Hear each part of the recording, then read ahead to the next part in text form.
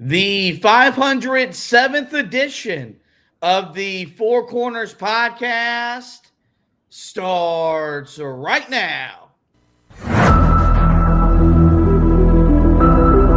This is the Four Corners podcast.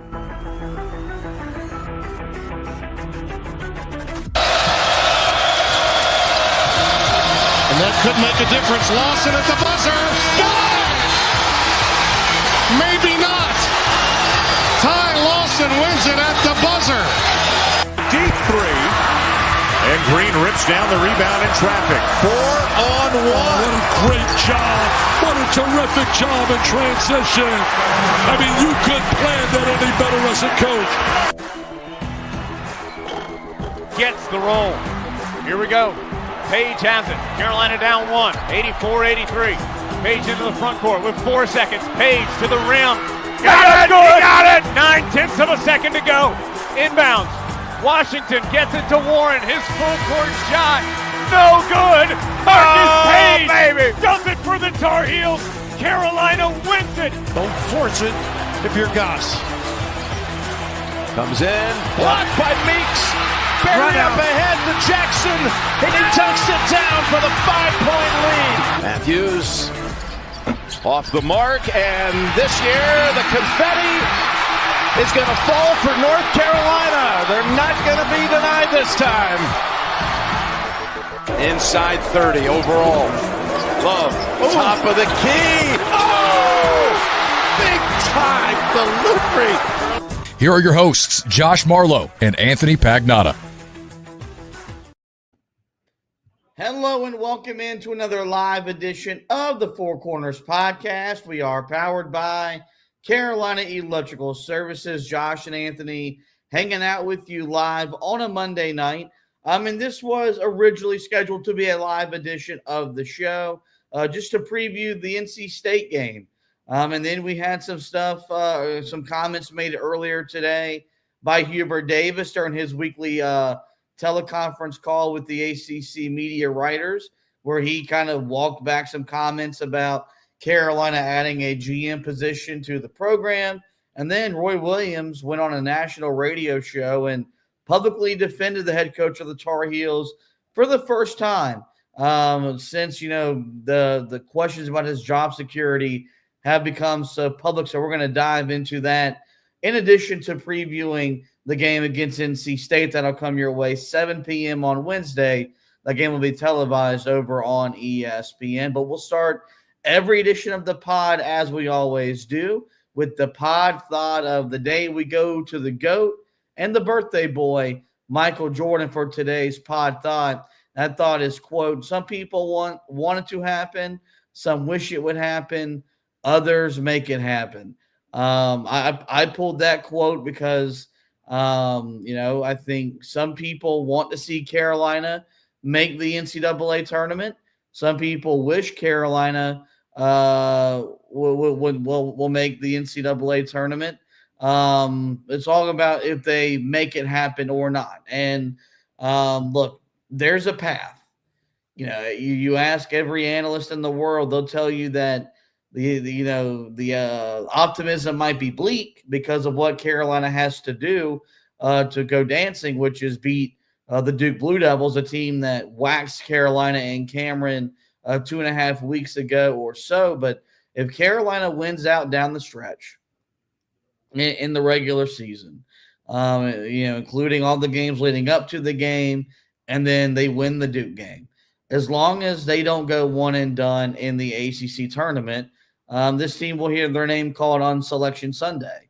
If they don't win out and they don't win the Duke game, then they'll enter the ACC tournament having to win 4 games in 4 days, something I don't think this team is equipped to do to ensure they get to go compete for a national championship in this year's event. So, some people will want it to happen.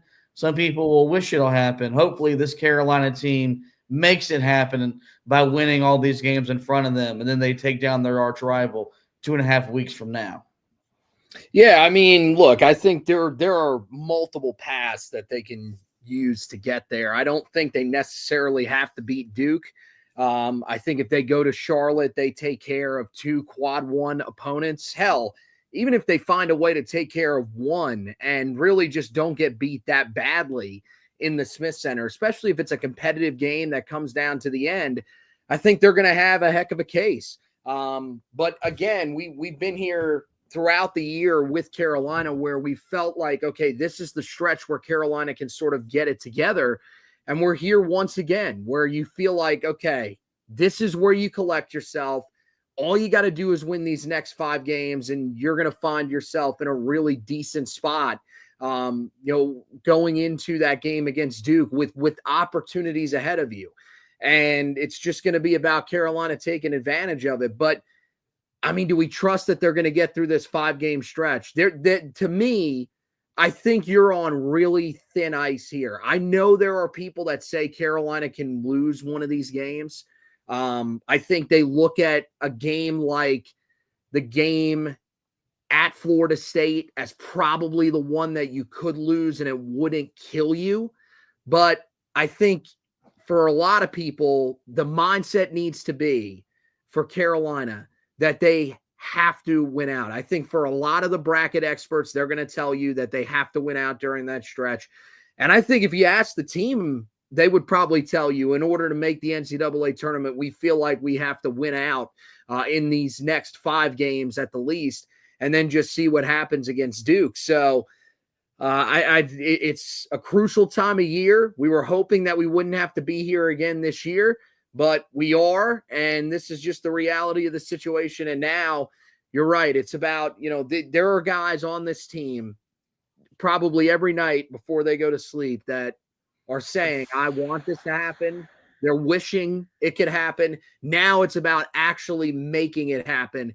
And it's still possible, man. We've said it all year long. The talent is there. The schedule is now there ahead of you. And you've just got to take advantage of it, which is, something that we've been frustrated Carolina hasn't done to this point.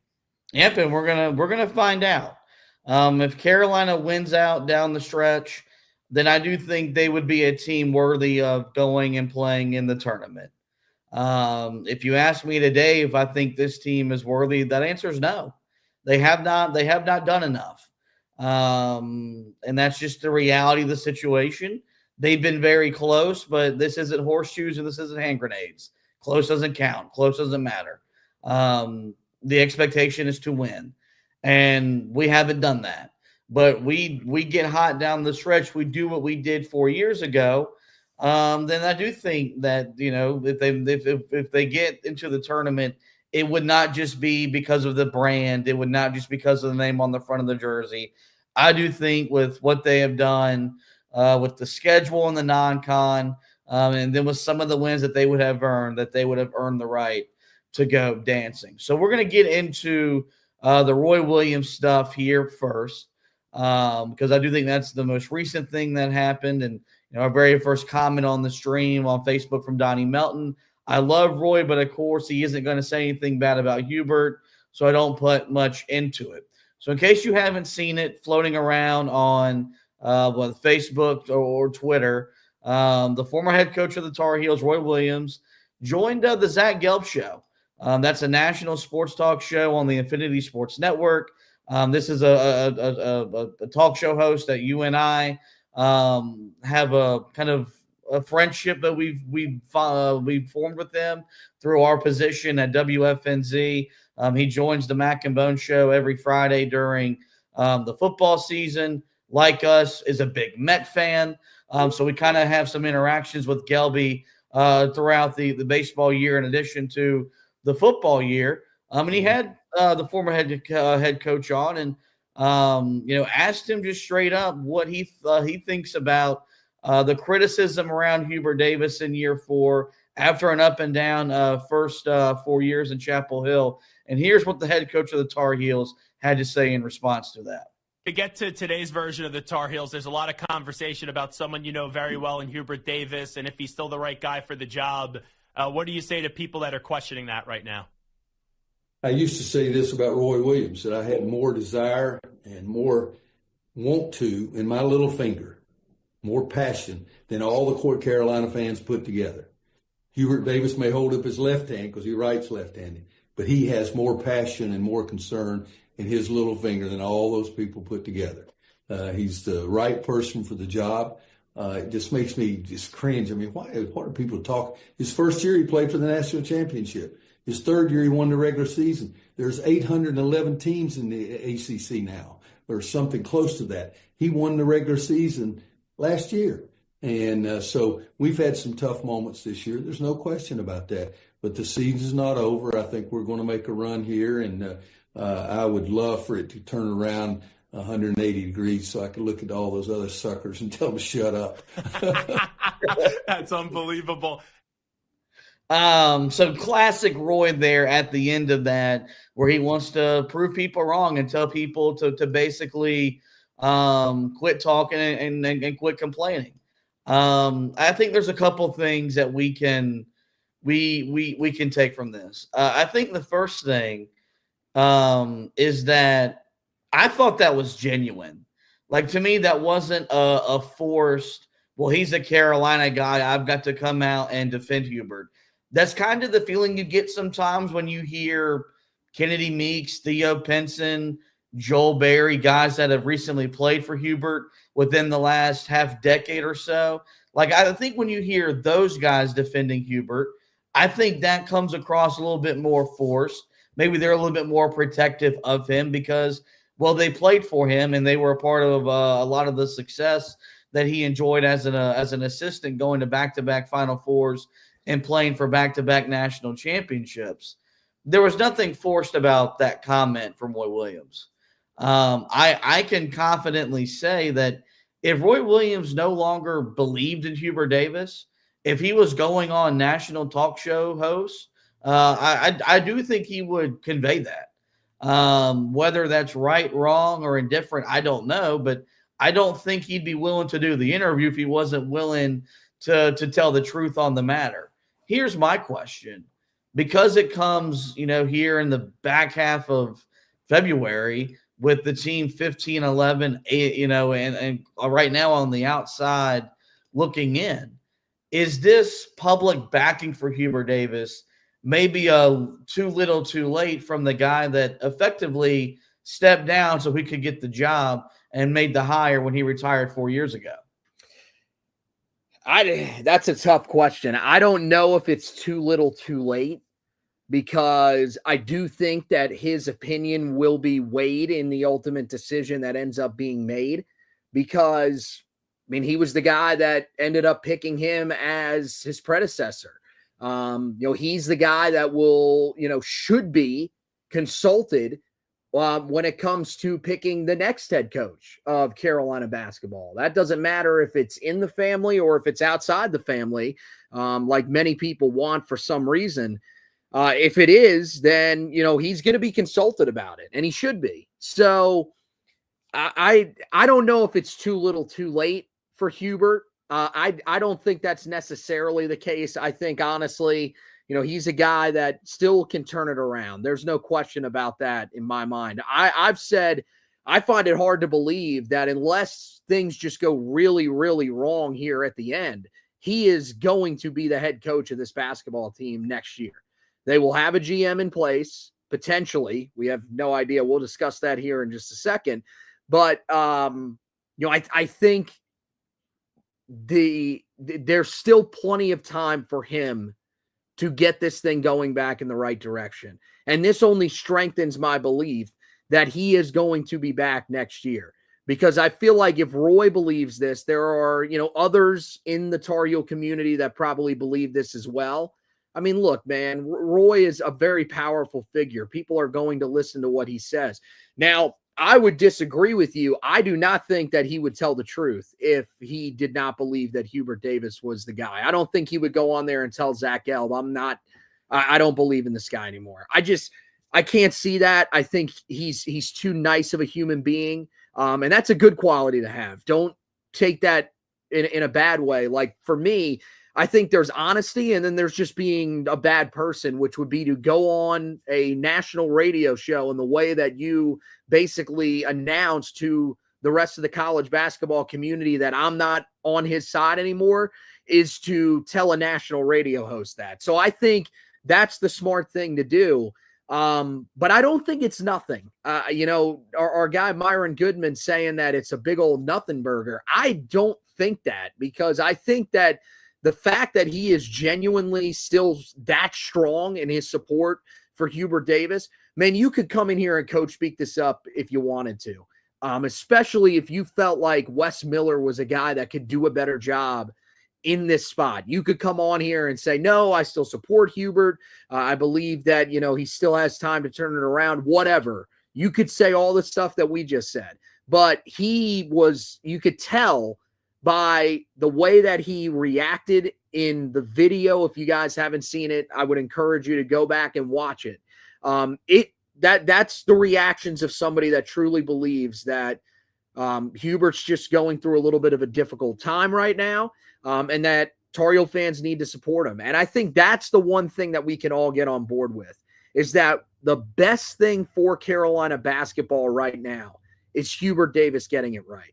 It's not firing Hubert Davis and then going after somebody else, because there's just so many uncertainties.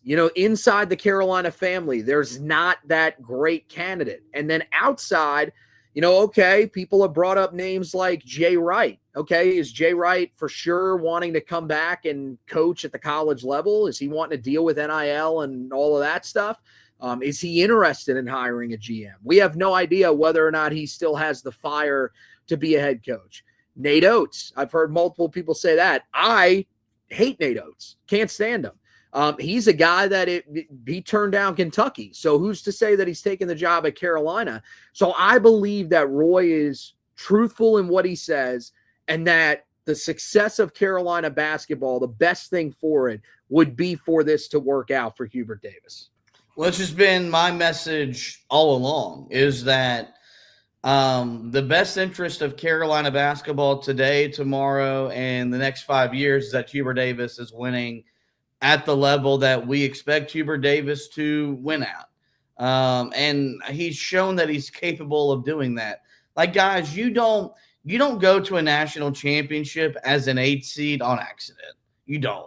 There was, as much as we can talk about Brady Manick getting hot from behind the three-point line, there was some X's and O's that was going into that, where Hubert Davis was out coaching the coaches that he was beating along the way to get to the national title game. Names that include Shaka Smart, Mick Cronin, two of the best coaches in the sport, all, by the way, retired Coach K. And then what he did last year from start to finish, man, we all could sit here and say that felt like Carolina basketball.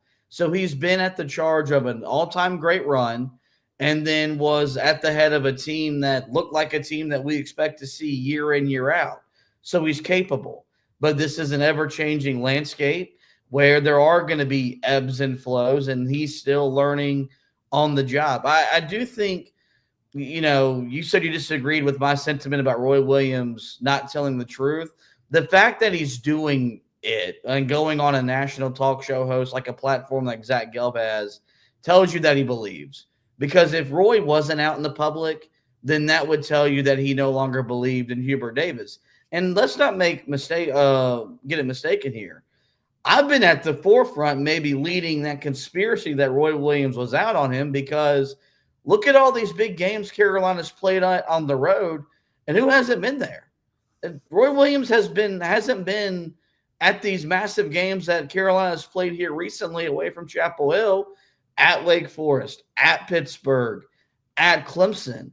And this comes after Roy Williams the last 3 years was at virtually every road game. To start this year was in Hawaii for Carolina's trip to Maui, and was in the Garden and was at all these other road venues. And, I've kind of been told by some relationships I have with former Carolina people and people that are connected that relationship was strained and that there was tension there.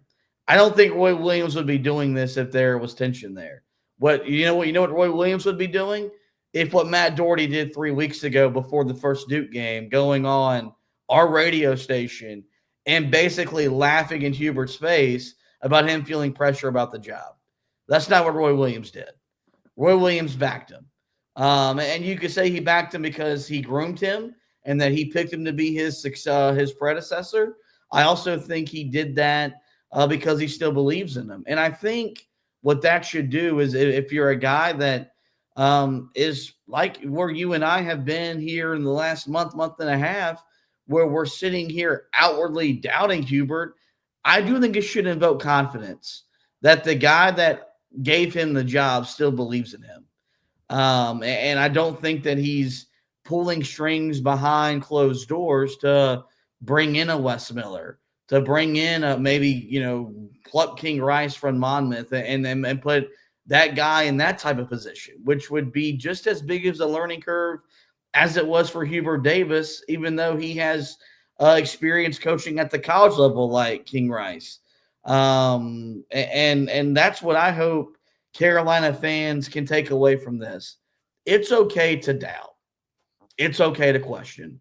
When you're 15-11 and you're 8-6 and you're looking at potentially missing the tournament for a second time in 3 years, I'm not going to tell you as a fan you should not worry and question about if Carolina's got the right guy, because it's okay to bring all that stuff into question with what we expect from this program. But I do think the fact that Roy Williams still believes in him and is doing and is going on a national talk show to back him should give you peace of mind that Hubert Davis hasn't lost a guy that he needs to have in his corner the most. That's what killed Matt Doherty, man. Like not only did Matt Doherty lose the locker room, not only did Matt Doherty lose to former players, dude, Matt Doherty lost Dean Smith.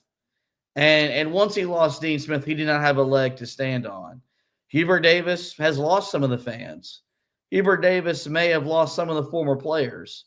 He hasn't lost Roy Williams. And as long as he's got Roy Williams in his corner, Hubert Davis has a chance to succeed. Yeah, I mean, and that's really the biggest thing right now is you want to have the guy that is basically the patriarch of the Carolina family on your side. And so I think right now that's the best spot that Hubert Davis could be in with the circumstances that he's going through right now, is now knowing that you've got Roy and in your corner. And hopefully this is something that maybe provides a little bit of relief for Hubert. I mean, I don't know if people have been seeing Hubert on the sidelines. I've noticed it a lot on Saturday where, he took his glasses off and you could just see, man, this dude, there's no way that he's been sleeping well. He looks like someone who has been through a lot. And so I think you should, for most Tar Heel fans, I find it hard to believe these people that are pulling so hard against him and wanting him to fail just so that they have to go with an outside hire that may or may not want to keep the, history of this program, at the forefront or near the forefront, which is what it needs to be. People need to understand that the family needs to be a big part of the aspect of Carolina basketball. Someone like Nate Oates, for example, is going to want the focus to be on him and his team currently. I don't care about those past teams that were here. I care about my team now, and that's where we should be focused.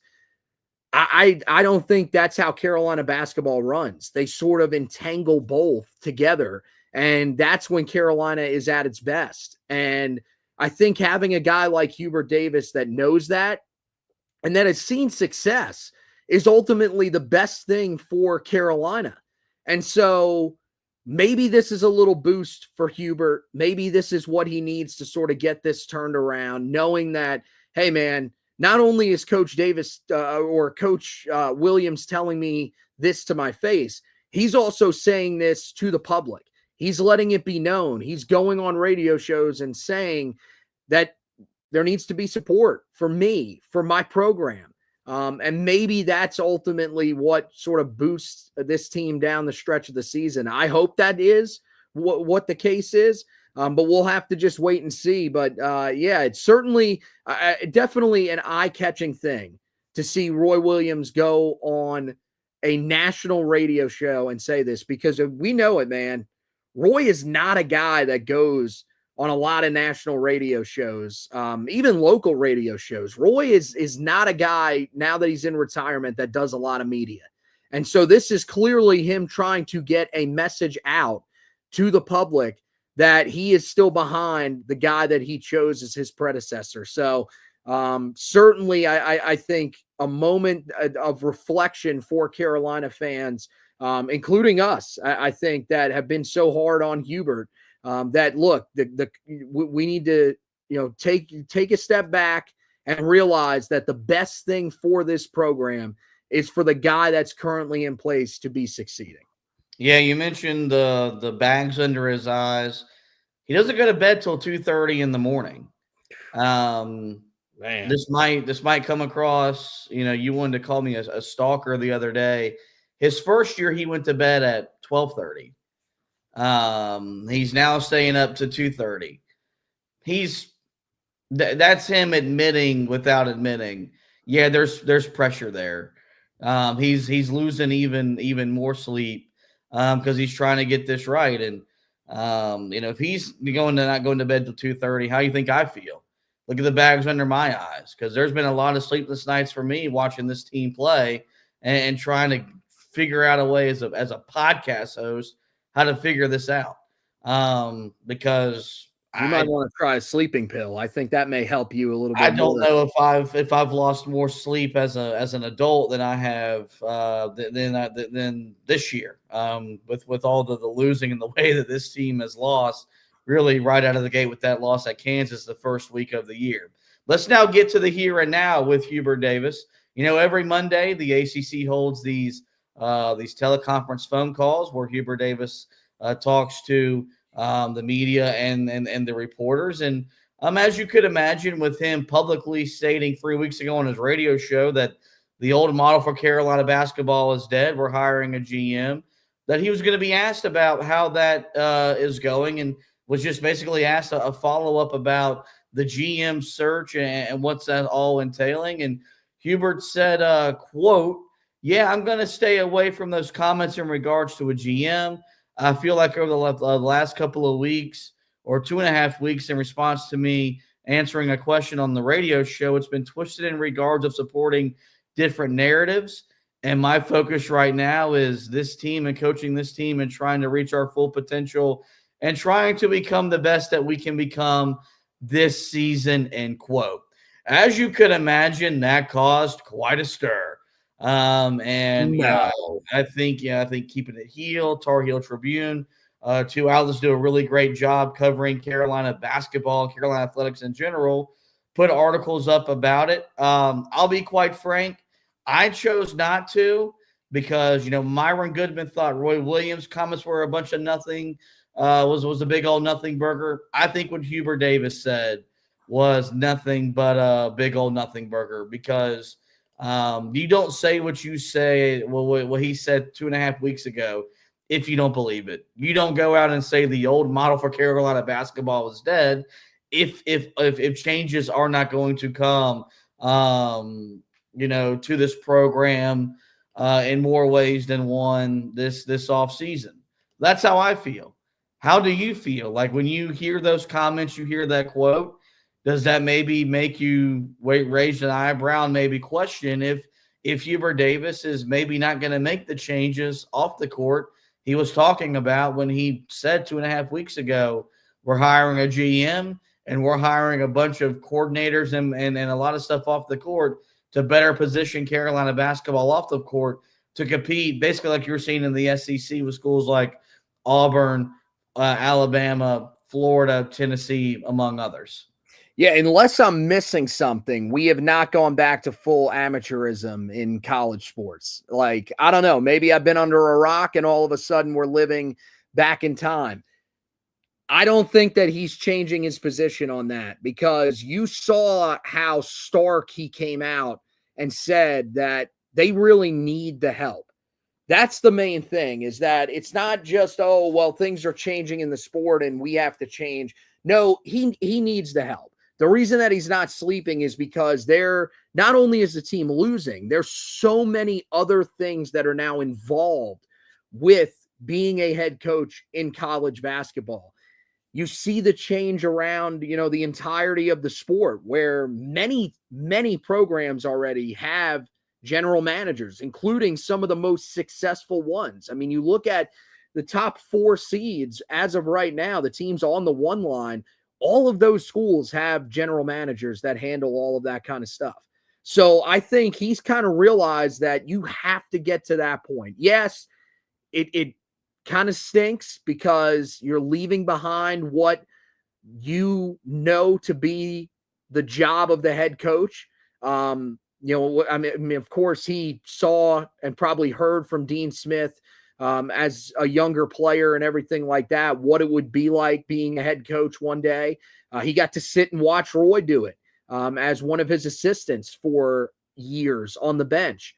And even since that point, things have changed. I don't think he's going back on that. And I think the people that are believing that are just crazy. I think, honestly, they're looking for another reason to try to get him fired. I think that's really what it is. I mean, I'm going to be – what's the other reason that you would think that? Show me in that statement where he said, yeah, we're leaning in the direction of not bringing in a general manager. There have been reports that Carolina has already been interested in certain guys. I would believe that there are interviews that have already happened. Like, to me, it doesn't seem like it's a coincidence that a name that was floated out there as a possible candidate was Antoine Jameson. And literally right after the quotes from Hubert on his radio show about the general manager position, all of a sudden you see Antoine Jameson sitting courtside at one of the games. Doesn't seem like a coincidence to me. I would believe that they are doing the interviews. They're doing everything that they need to do behind the scenes.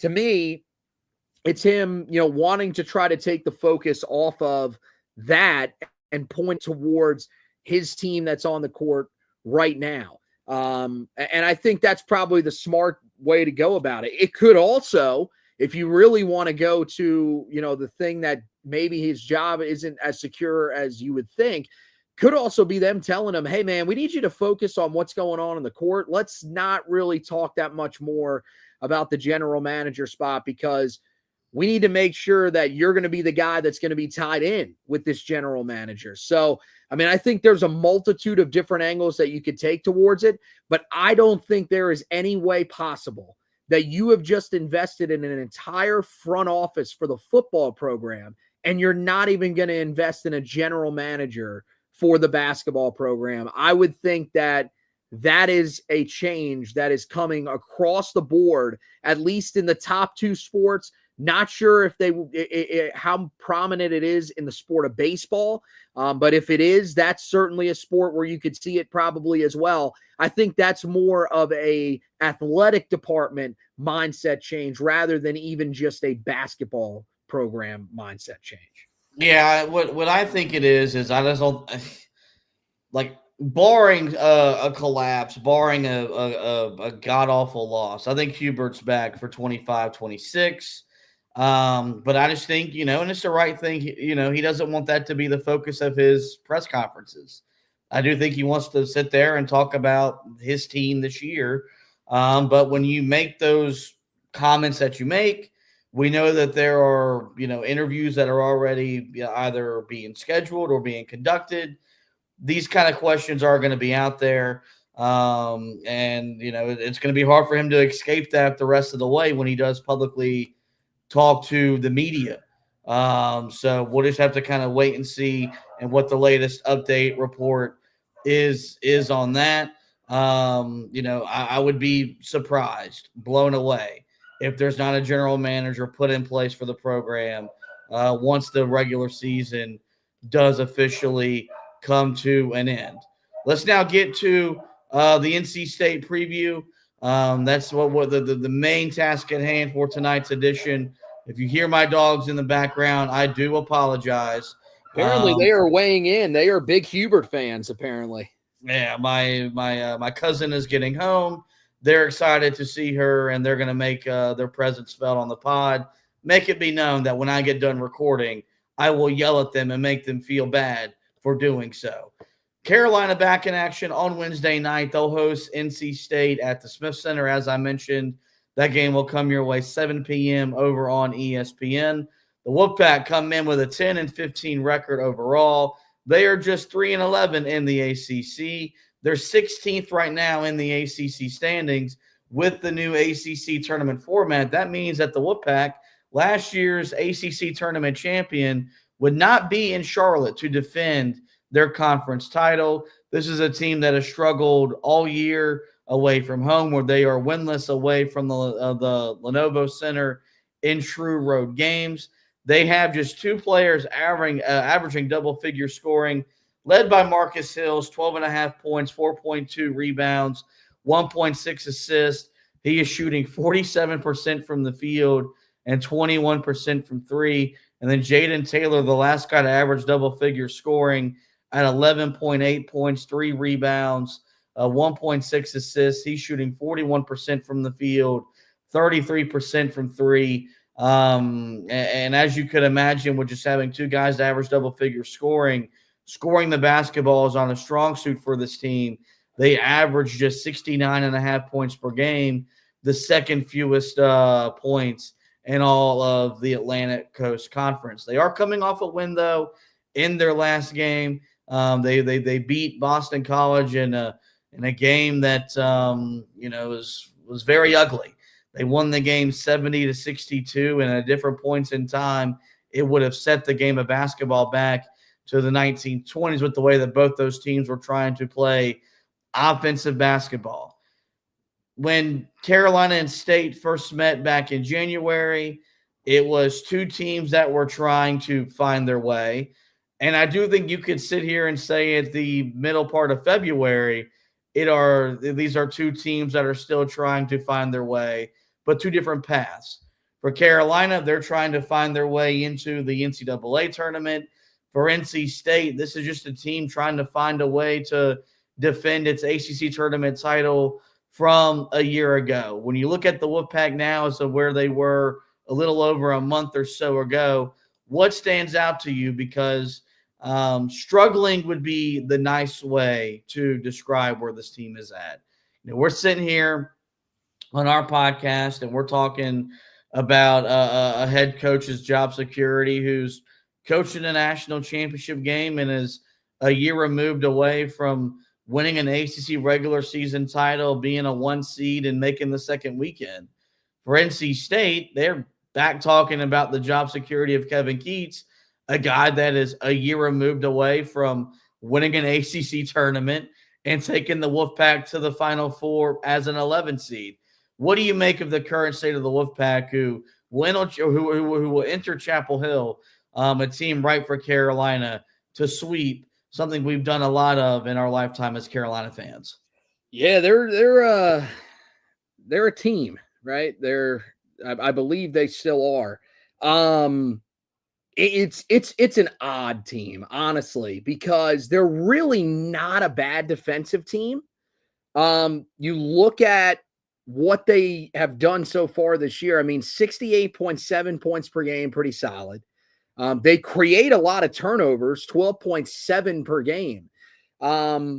Teams hit just a little over 6 threes against them in games, which is 32nd in the country. They don't allow a lot of 3-point attempts either. Now, a lot of that is because teams are driving the basket on them, but even their 2-point field goal percentage at 50.2% allowed, again, nothing to write home about, but it's still like middle of the country. So, okay, you would think pretty average basketball team, right? They are horrible offensively. Like, they are one of the worst teams in this entire conference when it comes to offensive statistics, which is really saying something because there are some terrible offenses in this conference. But they're averaging just 69.5 points per game. They are a horrendous rebounding team at just 32.4 a game, which is 320th in the country. Their 3-point percentage is god-awful at 31.5%. Their 2-point percentage, not great either, barely inside the top 300 at 48.7%. So it's the thing that, weirdly enough, last year down the stretch of the season, yeah, they were a solid defensive team, certainly helped them out, but they had these performances from guys that just seemed to step up out of nowhere. And during this magical run, they became key parts of what they did. We've talked about this when we've mentioned NC State on the Weston Walker show, and I'm pretty sure you guys have probably been saying the same things in the morning. The biggest issue for this team is they don't have a lead player. They don't have someone that can take over games. Last year, you had two guys that could do that. You had DJ Burns, who was one of the most creative big men that we have ever seen in our lifetime, considering how big he was, how he could back you down into the paint and finish inside, but also a guy that, could finish through contact and was very creative with how he would score the ball, bringing the ball from his hip. He is a guy that they miss sorely. I don't know if they miss him or DJ Horn more because they don't have the guard that can score the way that DJ Horn could. And they thought that Marcus Hill could be that guy. He is not shooting anywhere near well enough. I mean, a dude shooting 21%, and that's rounding up. It's 20.6% from beyond the arc.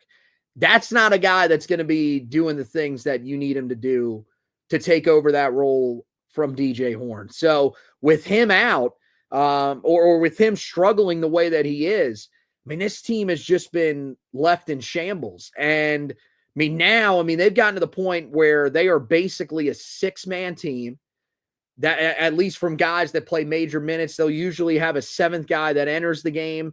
But really, there's not consistent minutes for Trey Parker, for Dennis Parker Jr., Breon Pass. Those are just guys they, from game to game, float out there, and let's see how much time you're actually playing. They are in a weird spot for where we thought they would be coming off of as successful of a year as they did when it was all said and done. And I think it's one that is ripe for the picking for Carolina to be able to get that sweep against. Yeah, this team might do something that is humanly what we thought would have been impossible. They score less than you and I do at a bar on a Friday night, which is saying something because we don't even go out to bars anymore. And I still think we haven't been banned. For all the people that are thinking that, we have not been banned. We're just losers. That's kind of like NC State. Very nice. This is something that I think older Carolina fans can resonate with whenever I get into this mode. Like, as much as I enjoy beating them, and make no mistake, I enjoy beating NC State. There aren't many things I live for more than to beat the Wolfpack. Are you with me that, like, last year really just sealed it? Like, I think even in basketball, I hate them more than I hate Duke. Like, I want them to get beat down as badly as possible in every game. That's just me. Well, I want to beat them, but I thought if you go back and listen to the tone when we lost to them in the ACC tournament, like, part of what made that run fun was that it felt like 1970s, 1980s ACC basketball, where State was a factor. And I really wanted them to build off of the success last year, because I still think moving forward, Carolina would beat them more often than not. Like, you don't have the record you have against them where you've got double the amount of wins by accident. Because, guys, this was a good program. In the 70s, into the 80s, even in the 90s, and even in the early 2000s with Herb Sendek. And then once they moved on from him, man, they've fallen off like a cliff. And so I really wanted them to build off that success and be a relevant program, because I think it makes the ACC more fun. It makes the Big Four more fun. That just has not been the case. And I do think it's why it's fair to question if Kevin Keats deserves to be employed going into next year, despite coming off of last year's run to the Final Four. And make no mistake about this. This is a game Carolina should win, and Carolina should win comfortably. We're talking about, Hubert Davis securing himself to have a chance to get it right going into next year. This would be one of those losses that make you question that, because this game is at home. This is a team that's well below 500 in league play and well below 500 overall. Losing to them would be, non-excusable. You look at the game from Carolina's perspective. They come into this with a 15-11 record, 8-6 in the league. Still among the first 4 out, according to ESPN's Joe Lenardi, for NCAA tournament inclusion. They are 9-2 in Chapel Hill with home wins over Elon, American, Campbell, LaSalle, Georgia Tech, SMU, California, Boston College, and Pittsburgh. They do have 2 home losses to the Alabama Crimson Tide and the Stanford Cardinal. Unlike NC State, we actually have a handful of guys that can score in double figures on a nightly basis. Carolina has 4 players that currently average double-figure scoring, led by the All-American R.J. Davis, 17.3 points, 3.8 rebounds, 3.8 assists. He is shooting 41% from the field, 32% from 3. Ian Jackson, the second guy to average double-figure scoring, 13.7 points, 3.3 rebounds, 1.0 assists. He is shooting 47% from the field, 37% from 3. Seth Trimble, the third leading scorer, 12 points, 5.5 rebounds, 1.5 assists. He is shooting 42% from the field, 28% from 3. And then Elliot Cadeau, the last guy to average double-figure scoring, he is averaging 10.3 points, 3.1 rebounds, 6.0 assists. He is shooting 46% from the field and 30% from behind the three-point line. This is the second matchup between the two schools. Want to revisit, what happened the first time back in Raleigh. Of course, it was an ugly win for Carolina, winning the game 63-61. And it was a game where Carolina, just shot 43% from the field, but they were, 7 of 19 from 3. They got timely 3-point shots. Neither team got to the foul line. Carolina just 4 of 8 from the free throw line. State was 10 from 12. But Carolina won the rebounding battle 40-38. And they won the points in the paint battle 34-28. And you remember, it was Jalen Washington making the big plays. He got the game-winning dunk, and then he got the game-sealing block on the other end. Kind of thought that would maybe spark him into becoming a regular contributor for Carolina. And I think he's been more than solid, but I don't think he really blossomed into being, a guy that was going to average 12 and 8 every night. I mean, he doesn't even start right now for Carolina. I think what stood out in that game was it was a game that both officials let them beat, both the officials let them bang, and Carolina proved to be the tougher team. They made the plays down the stretch. Ian Jackson made some shots on the road in that environment that I don't know how many freshmen in the country would go in there and make. This game, yes, it's in Chapel Hill, but for a state team that's struggling, a win over Carolina would salvage what's become a lost season. I think Carolina's got to bring the same level of fight and intensity, because if there's anything we know about these games since Hubert Davis took under and Kevin Keats has been there, they're going to be physical, and Carolina's got to be ready to go to war. Yeah, they got to be ready to bring that physicality to this game. And look, I mean, when it comes to Jalen Washington, I think he's certainly been better. That was the moment where he became a guy that you could at least count on to contribute something to just about every game. And so I do think there have been some positives that have been taken away from that game. But yeah, I mean, I think this is one that the first time around, it was a lot like the game that you just played over the weekend. You were on the road at, a team that really wasn't all that great, and you can never really find a way to put them away. You were in control of the game, but you let them back into it. Multiple times you were tied, and you were saying, oh, there's no way that we're going to find a way to lose this game. And you find a way to eke one out.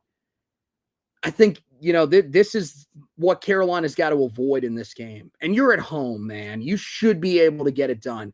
This state team, and they won the game against Boston College. Guys, newsflash, Boston College is not good.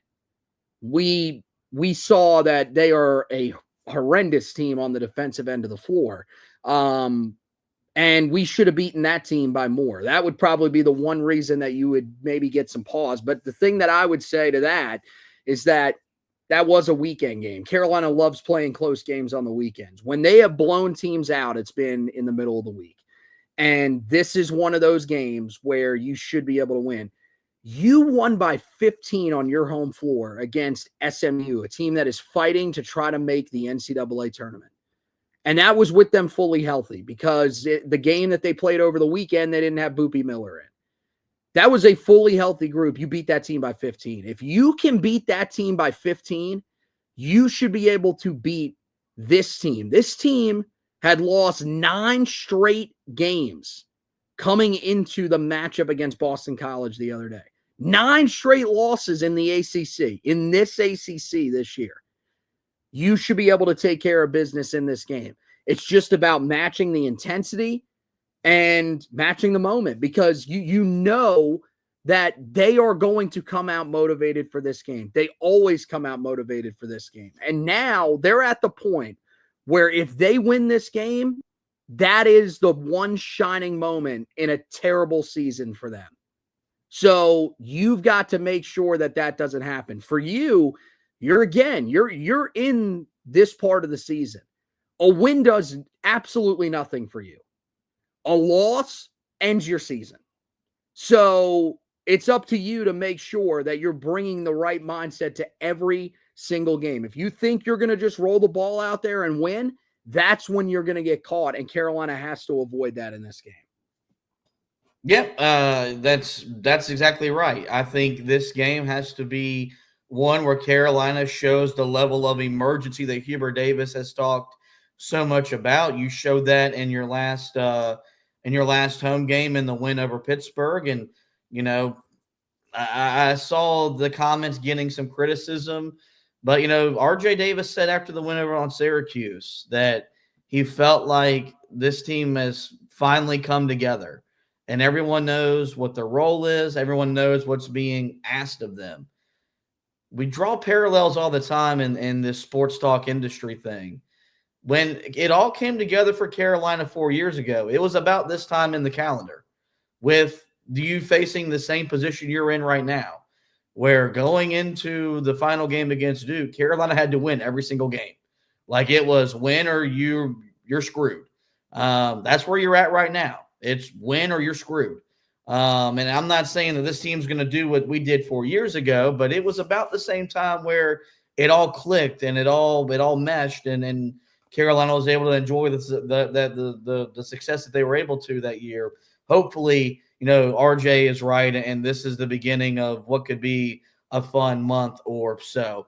No discussion topic around tonight's game with all the stuff leading into the game. We're talking about Roy Williams backing Hubert Davis, and then the Hubert Davis walking back some comments about the GM. So we'll go ahead and get right into our keys to the game. The first thing I have is for Carolina to build off of their offensive performance the other night. They scored 88 points on the road. They shot 49% from the field. They shot 46% from three. They made 13 three-pointers. I don't think it's a coincidence that this happened in a game where R.J. Davis was the primary ball handler, and he was the guy initiating the offense for Carolina. We can sit here and talk about Elliot Cadeau's foul trouble, and that may have limited his minutes. He only played 18. But I do think there's been a philosophical change where R.J. Davis is your best player. He is your best decision maker. Let's put the ball in his hands. Let him attack. Let him create. He rewarded Hubert Davis with a 16-point, 6 assist against 1 turnover night. With that being said, though, I thought Carolina's shot selection the other night was as good as it's been all year long. They were able to shoot Syracuse out of the limited 2-3 zone that the Orange now play. They were able to get the ball inside the paint. They were able to get the ball to the front of the rim and make shots in that variety. The strength of this team is still in their ability to score the ball. And when Ian Jackson is scoring the ball like he is, when you're getting the contributions that you got from Jalen Withers, it really takes Carolina to another gear. It's got to be a collaborative effort. It can't just be RJ trying to do everything individually. Everyone's got to be involved. Everyone's got to contribute. We talked about that after the win over Syracuse. Everybody impacted the game in a positive way on both ends of the floor. You're back at home. I think this crowd will be energized. This crowd's going to be behind Carolina. They need to build off what they did well offensively the other night, because I think that's what's going to really carry them down the stretch as they try to win their way into the NCAA tournament.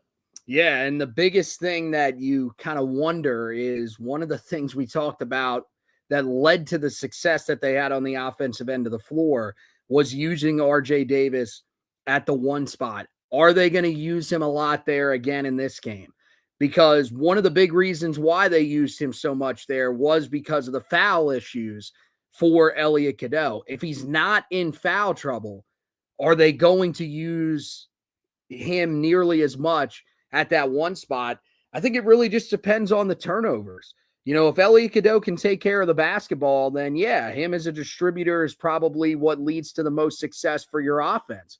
But if he struggles again, then yeah, there is going to have to be the conversation about, should we see RJ Davis with the ball in his hands a little bit more, controlling things offensively? That's what I think they've got to figure out, because if this offense is more efficient under the direction of RJ Davis, then that needs to be the move. And yeah, it might, rub Elliot Cadeau the wrong way. Who knows? He's still going to be a guy that's going to be a key part of what you do. I mean, you saw even the other night, played 18 minutes, but you have to play the guys that are going to allow you to have the most success. And this team has to be able to score the ball. The thing is that, yeah, for everybody on the team, they've got to build off that success. The guy that needs to build off it the most is Ian Jackson. He's got to be back to that guy that we saw in the early part of conference play. If he's back to being that guy, then great. Carolina has an opportunity to win this game and win this game comfortably and be able to do what you've got to do down the stretch. If not, then Carolina is going to be scratching and clawing here, and this is going to be another ugly game like we saw in the first matchup. So I think that's going to be the key guy to keep an eye on. What does Ian Jackson look like in this game against NC State? Because the first time around, he played pretty well. Hopefully he can do that again in this one. And I think it's important to give Elliot Cadeau some credit. A guy that only played 18 minutes, had the ball taken out of his hands. How big was that layup he made down the stretch where he blew by his defender? That's just part of the Elliot Cadeau roller coaster, man, where I think he's still learning how to battle adversity and stay engaged, locked in mentally. But he has proven that he can bounce back from those instances, something that he wasn't able to do a year ago. And that's why he ultimately got benched in the season-ending loss to Bama in the Sweet 16. Second key to the game, very simple. It's limit their two double-digit scorers in Marcus Hill and Jaden Taylor, just because simply they don't have other guys on this roster that I think can step up and beat you. I know Dontrez Styles has enjoyed some success at different moments. He played really well for them when they competed at Duke in the game before Duke beat Carolina back earlier this month. But, outside of that, man, these guys that you expected to take the next step that were back from a year ago, a Michael O'Connell, a Ben Middlebrooks, those guys just haven't done that, which it's kind of mind-blowing considering how great those guys were great in March a year ago.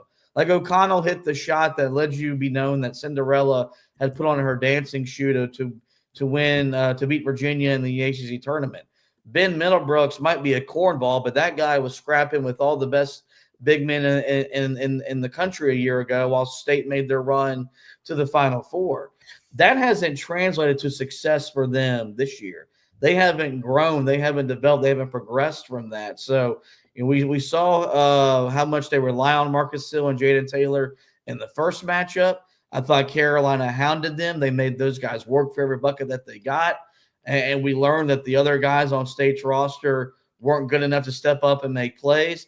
I still think that's true a month later or so. So if Seth Trimble can do his job and they can really take away those two guys, I find it hard to see a pathway for State to just make enough shots to come into Carolina's gym and pull off the upset. Yeah, I mean, you're going to need one of those type of performances that we saw from Dontrez Styles. Michael O'Connell to sort of turn it back to what we saw from him last year, because those are guys that probably are being asked too much. I mean, we saw it, one name that always comes to mind for me when you talk about that from a Tar Heel perspective was Brandon Robinson, guy who was, a really solid player in his role, before his senior season. And then his senior year, they asked him, hey, we need you to be one of, if not the leading scorer on this team each and every night. And he just was not ready for that type of role. That wasn't what he was brought to Carolina to do. And I think that's kind of the point that you've gotten to with Ben Middlebrooks, with Michael O'Connell. Like, those are guys that, certainly had their moments in the NCAA tournament last year and were very valuable for that team, but they're not going to be able to score the way that you need them to. So mainly the thing for me is Marcus Hill was the guy that hurt you the most in that first game. Jaden Taylor was solid, but Marcus Hill was the guy that was the difference maker. Every time they needed a shot to stay around, he was the guy that was stepping up and making that shot. You take him out of this game, it's going to be really hard for me to see a pathway to a state victory. And so that's got to be the plan for Carolina. The good news is that he doesn't shoot it a lot from beyond the arc, and he doesn't shoot it at a high clip from beyond the arc. So really just make sure that you take away his ability to drive to the basket. And if you can do that, then you feel like Carolina's got a chance, to shut down this team offensively. If Carolina can get even somewhere close to the type of performance that they got over the weekend from this team on the offensive end of the floor, they should not have much of an issue with this state team. The last key I have for this game, considering the fact that, it's still a rivalry game, there's going to be a different energy, a different emotion in the building. Carolina's got to do the little things. And, Hubert Davis said after the win on Saturday against Syracuse, he felt like the fact that his team was in the trenches and they were doing all the things that winning requires. It was validation for his message, because he's been preaching this all year long. For whatever reason, it hasn't clicked. There hasn't been the buy-in that we saw with this group a year ago. But he did, he said that he thought that there was maybe now some validation for these guys, that if I sacrifice my body for a loose ball, if I sacrifice my body for a charge, if I sprint back on defense and take away a scoring opportunity, that in the long run, I'm going to be rewarded. And I think, something that it's hard for longtime basketball fans is that should not be something that you have to be rewarded for. The game should require that, and it should demand that type of effort from you. This generation of kid is different. They've got to see the value in being unselfish, because when they're as good as these kids are growing up, they're selfish all their lives because they're usually the best player on their team. Well, now they got to be unselfish for the common goal. That common goal is winning. And so Carolina's got to do the little things in this game. They got to protect the basketball. They got to limit turnovers. You don't want to give NC State free points because this team struggles to score as it is. So you don't want to make the game easier on them. You've got to get to the foul line. Only 8 free throws in the first matchup, but you've got to not only get there, but you've got to convert on your foul shots. And then I think you've got to either win or compete on the glass. You were able to beat them up on the glass in the first matchup. This is not a very good rebounding team. This is, so on paper you should out rebound them, but those are all the little things that, man, if Carolina controls that, then they're going to control the tempo. They're going to control the pace. That means they're dictating the way the game's going to be played. And Carolina's got more talent. And when you can do all those things and you're dictating the way the game's going to be played, then typically the better team wins. And the better team on paper is clearly Carolina. So I think if they continue to see the value in doing the little things, it'll come more naturally to them. And as long as they do that on Wednesday night, they got a real good chance to come away with a much-needed victory. Yeah, I mean, it's all about effort, because that's where that's the difference when it comes to those little things. All the things that you talked about right there, that goes into, effort and really just the 3 E's that we hear Hubert talk about all the time.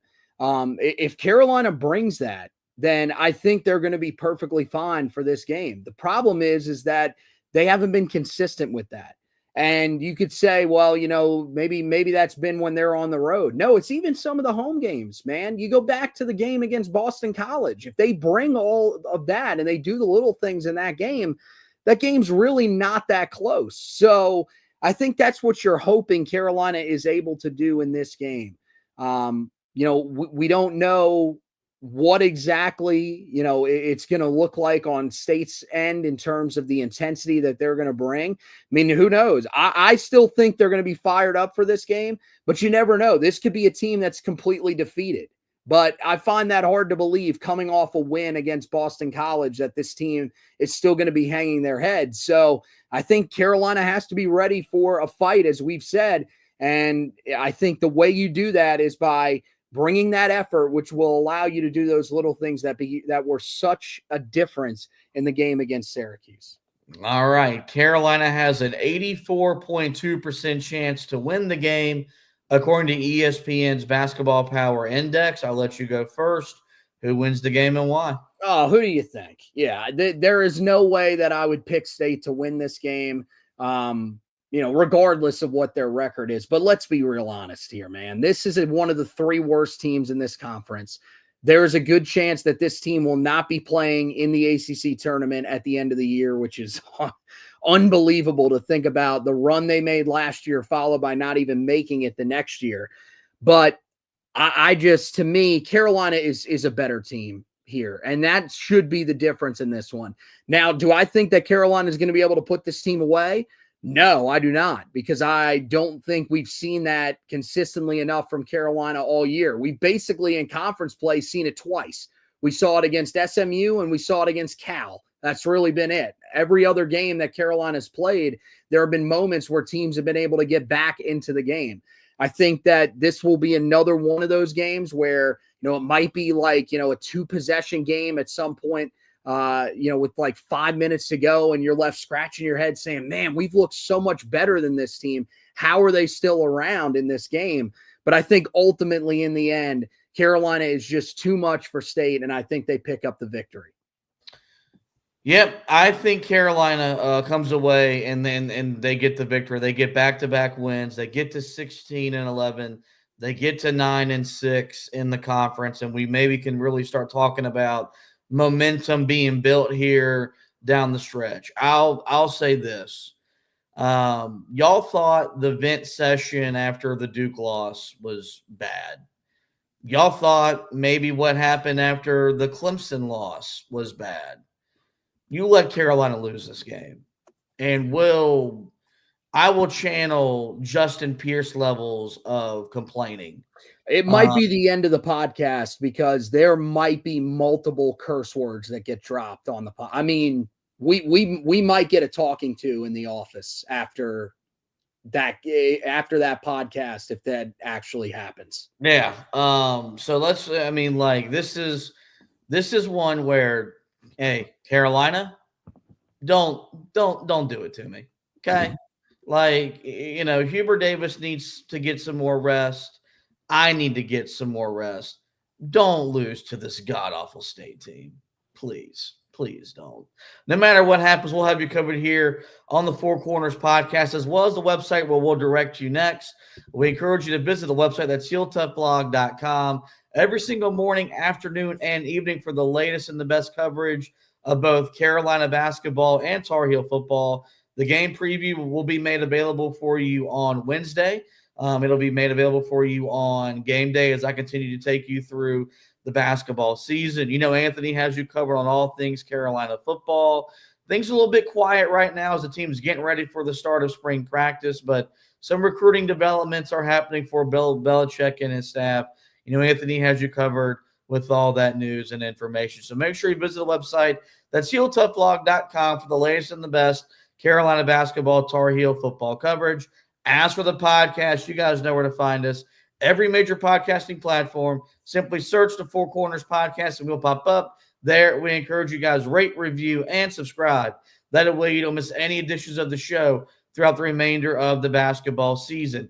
Programming note, we are planning to go live on Wednesday night to recap the state game, rivalry game, 7 p.m. tip. We hope to be live by around 9:30, 9:45 or so, reacting to the game. So make sure you make yourself familiar with the Heel Tough Blog YouTube page, the Heel Tough Blog Facebook channel, or my personal Twitter, HTB_Josh. If you haven't already done so, give me a follow, and it would be greatly appreciated. With that, guys, it is going to wrap up this edition of the show. I do want to thank Anthony once again for hosting with me. We want to thank all of you for watching and listening. And as always, go Tar Heels and go to Hell State.